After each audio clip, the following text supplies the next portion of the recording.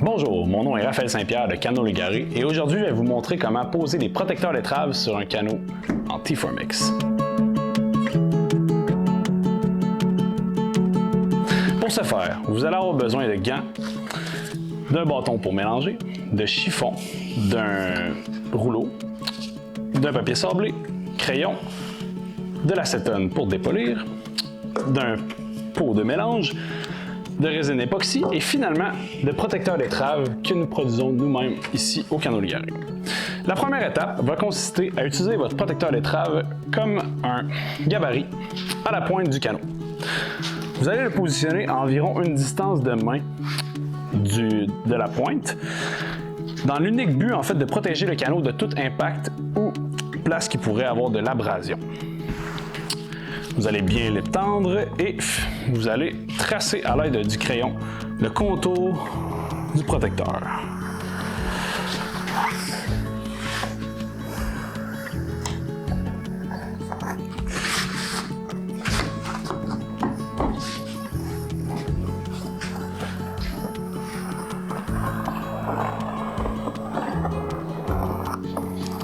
Avec ça, on va pouvoir passer à la prochaine étape, qui est en fait de sabler le canot.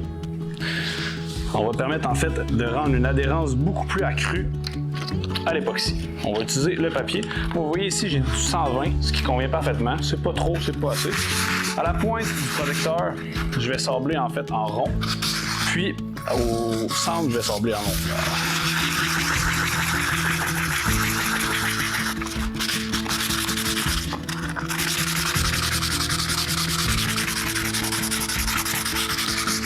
Comme vous pouvez voir, en fait, le canot ici est quand même déjà avec assez d'usure. C'est à ce moment-là qu'on souhaite poser les protecteurs d'étrave. En fait, c'est le moment où le canot est prêt à les recevoir.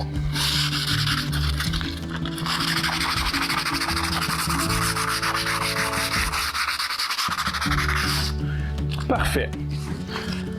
Maintenant, on pose les gants parce qu'on va utiliser l'acétone afin de dépolir la surface. On peut passer une première guenille dans l'unique but en fait d'enlever les saletés tout autour du canot. Puis d'utiliser l'acétone afin d'augmenter l'adhésion.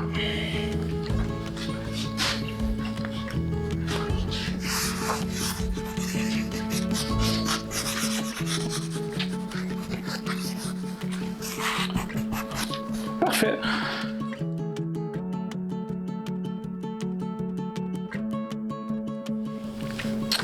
Maintenant, on pose nos deux gants. Puis, je vais même vous conseiller de porter deux paires de gants. Puis, on va utiliser notre mélange d'époxy qui est fourni ici, d'ailleurs, en quantité parfaite. J'ai pris les mêmes quantités, je les ai transudées dans des pots. Puis, on y va pour les mélanges. Une fois que c'est fait, vous allez devoir faire attention. Il faut quand même se dépêcher, mais il faut y aller quand même lousse. L'unique but, c'est que ça peut jammer, ça peut rester, puis les protecteurs d'étrave sont plus utilisables. Fait que, une fois que c'est mélangé, on vide le tout.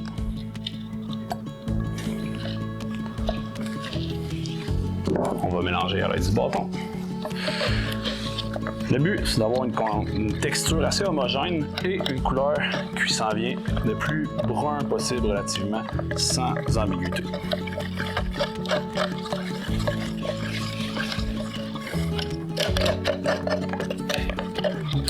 J'ai décidé de faire le mélange sur une table de carton, avec un carton. Ça va permettre de ne pas briser la surface qu'on utilise.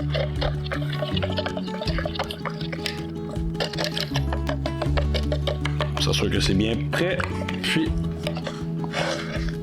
on va être prêt à appliquer.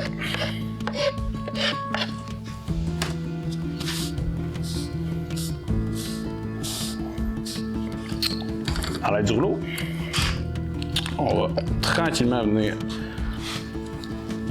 imbiber nos feutres de Kevlar.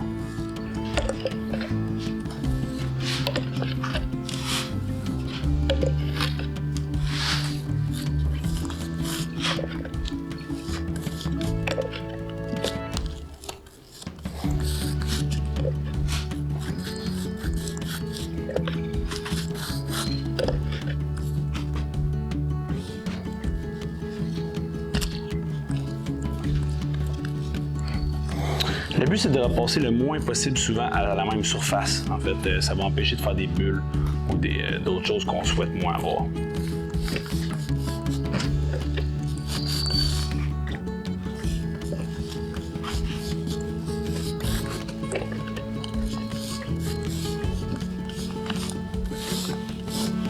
Une fois qu'on a imbibé un côté, on va s'assurer que l'autre côté est bien imbibé, donc on les retourne. Ce qui est assez intéressant en fait, c'est qu'une fois que le résine époxy est déposé sur les protecteurs d'étrave, on gagne beaucoup plus de temps. La résine est moins dans un pot, donc elle a beaucoup moins de chances de coller. Donc le but, c'est de voir en fait parfaitement le carton de l'autre côté sans voir, comme vous pouvez voir ici, là, ici il en manquerait en fait. Donc on veut en rajouter un petit peu pour permettre à ce qu'il y ait uniquement une couleur uniforme dans tout le protecteur d'étrave.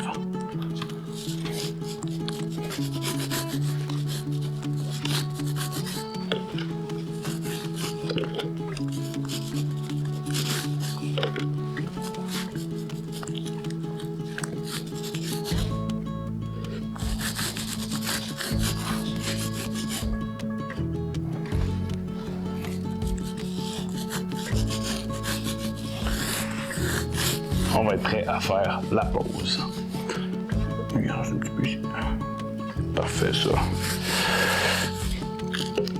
Parfait. Donc, pour la pause, vous allez devoir identifier un des deux côtés des protecteurs d'étrave, en fait, est beaucoup plus rugueux. On voit qu'il y a beaucoup plus de petits filaments que l'autre côté. C'est la partie que vous allez devoir mettre, en fait, en dessous du canot. La raison principale, c'est qu'une fois que ça va être collé, si vous collez du côté rugueux, vous allez pouvoir vous graffiner beaucoup plus aisément. Donc, on préfère le mettre le côté très lisse vers l'extérieur. On vient poser tranquillement le protecteur d'étrave. Puis l'idée, c'est de l'étendre sur l'embarcation. Donc, on va l'agrandir le plus possible. Excusez-moi. On va venir le positionner dans nos lignes de gabarit qu'on a fait plus tôt. Puis, on vient utiliser les mains comme moyen d'appuyer sur le protecteur d'étrave afin de vraiment l'empêcher toute formation de bulles ou d'imperfections qu'il pourrait avoir autant sur les côtés que dans le centre du protecteur d'étrave. On s'en fait pas pour ce qui dépasse. Ici, comme vous pouvez voir, la résine époxy sur le côté, on va l'essuyer à la fin. Donc, on va s'assurer qu'on est correct. On fait étirer la pointe. Puis, on a un protecteur d'étrave très bien positionné, centré.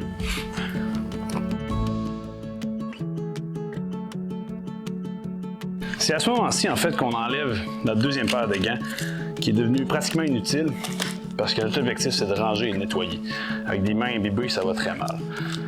Donc, la première étape que nous allons procéder, c'est qu'on va utiliser une guenille, un chiffon neuf. Puis on va frotter légèrement le contour où est-ce qu'on a laissé en fait de l'excédent comme ici. En faisant très attention à ne pas faire décoller le côté du protecteur d'étrave. Donc le but c'est d'enlever l'excédent d'époxy.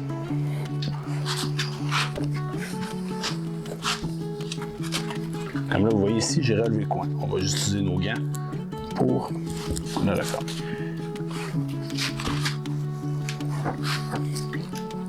On peut s'assurer, c'est le temps aussi de s'assurer que tout est correct, donc repositionner quelques petites places, enlever les bulles ou quoi que ce soit, c'est le moment de le faire parce qu'une fois que ça va être gelé, ça va être fini comme ça. Une fois que c'est fait, on fait l'autre côté, puis on va finir avec légèrement l'acétone. Le but c'est pas d'en mettre beaucoup, c'est juste en fait de venir nettoyer la dernière coulisse qu'il va y avoir sur le côté du protecteur d'étrave.